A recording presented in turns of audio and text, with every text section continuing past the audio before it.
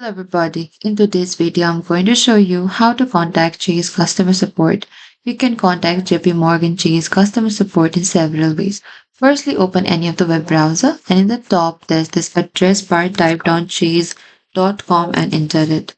And once you get into this homepage of this Chase, what you need to do is go to this customer service in the top right. And from here you can select see help options here, and from here, what you need to do is you can simply select on the bottom as well. You can get help with your account for your credit cards, personal banking, and you can also go to this frequently asked question about the credit card, service, personal banking, auto loans, or home lending. Or you can simply call the customer service over here. These are the numbers below. And you can contact the Chase online as well over here. And you can also click onto this see frequently asked questions. And here you can find any of the solution of the issue that you're facing. And if you still have questions here, you can go to this customer help and technical support under this customer services here. And that is it. This is how you can contact Chase customer support.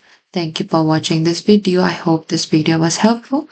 If you have any queries or confusion, please comment down below and we will reach out to you very soon.